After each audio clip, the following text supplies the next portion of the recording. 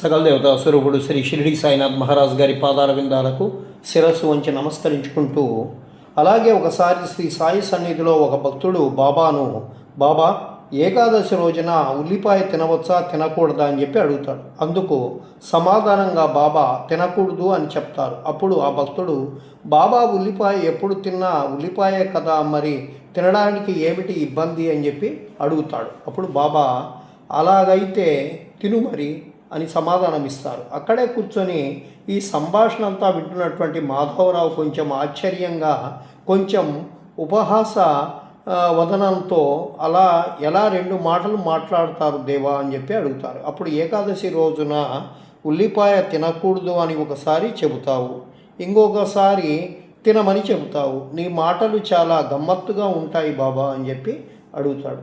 మేమేదో పిచ్చివాళ్ళం కాబట్టి, నేనేదో తెలివైన వాడివని నన్ను అడగడానికి వస్తే నువ్వు మమ్మల్ని అలా మభ్యపెడతావేంటి దేవా అని చెప్పి వినోదంగా వేళాకోళంగా బాబాను అడుగుతాడు. ఆ మాటలు బాబా నవ్వి, శ్యామ, మసీదులో కూర్చొని నేను ఎన్నడూ అపార్థం చెప్పను, సరేనా, నీ పాదాల మీద ఒట్టు అని చెప్పి ఎంతో అపహాస్యంగా మురిపెంగా చెప్తారు. అప్పుడు మాధవరావు, మరి ఏకాదశి రోజు ఉల్లిపాయ తినాలా వద్దా అని అది సరిగ్గా చెప్తావా లేదా అని చెప్పి అడుగుతారు. అందుకు బాబా, ఏకాదశి రోజు ఉల్లిపాయ తినకూడదు, ఒకవేళ తినాలి అనుకుంటే మొత్తం తినాలి, కానీ ఎవరి శరీరంలో మొత్తం ఉల్లిపాయను తిని అరాయించుకునేటువంటి సామర్థ్యం ఉంటుందో వారే తినాలి, కానీ ఎవరంటే వారు తినకూడదు.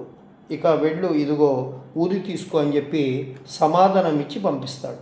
సాయి భక్తి సాధనలో ఆహార నియమాలకు ఉన్నటువంటి ప్రాముఖ్యతను తేట తెల్లంగా తెలియజేసే ఈ సంఘటన మనకు అందించే ప్రతి అక్షరంలో అద్భుతమైనటువంటి శ్రీ సాయి బోధామృతం నిక్షిప్తమై ఉంటుంది. సాటిలేని సాయి సాంప్రదాయం ఇమిడి ఉంది. సద్గురు సామ్రాట్టుగా శ్రీ సాయి సమర్థతను, సంస్కరణ శైలిని మనకు అవగతం చేసేటువంటి మాధవరావు మాధ్యమంగా ఘటించిన ఈ సంఘటన అనేటువంటి అరిటాకులో బాబా వడ్డించినటువంటి సత్యబోధ అనేటువంటి భోజనాన్ని సంతుష్టిగా భుజింపజేసేందుకు ఇక సమయత్తమవుదాం. తెలుగు భాష కంటే మరాఠీ భాషలో ఉల్లిపాయ గుణం పేరులోనే ప్రకటితమవుతుంది. మరాఠీ భాషలో ఉల్లిపాయను కాందా అని చెప్పి పిలుస్తారు. ఆ పదం కాందర్ప్ అనేటువంటి మూలపదం నుండి వాడుకలోకి వచ్చింది. కాందర్ప్ అంటే కామమని, మదమని అర్థాలు వస్తాయి.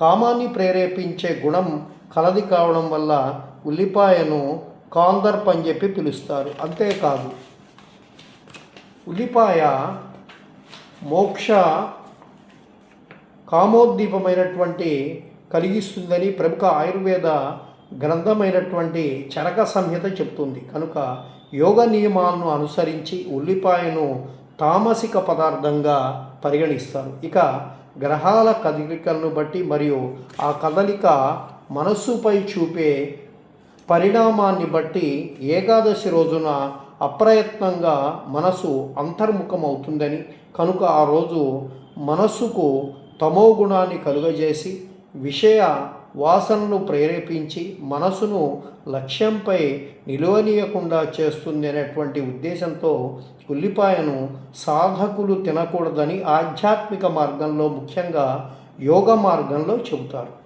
ఇకపోతే యోగశాస్త్రపరంగా ఆధ్యాత్మిక నియమాలను అనుసరించి, అంటే ఉల్లిపాయలోని తామసిక గుణాలు ఆధ్యాత్మిక సాధనలో కలుగజేసే అవరోధాల పరంగా తాను వినిన దాన్ని దృష్టిలో పెట్టుకొని భక్తుడు ఏకాదశి రోజున ఉల్లిపాయ తినవచ్చా తినకూడదా అని అడిగితే తినకూడదు అని చెప్పారు.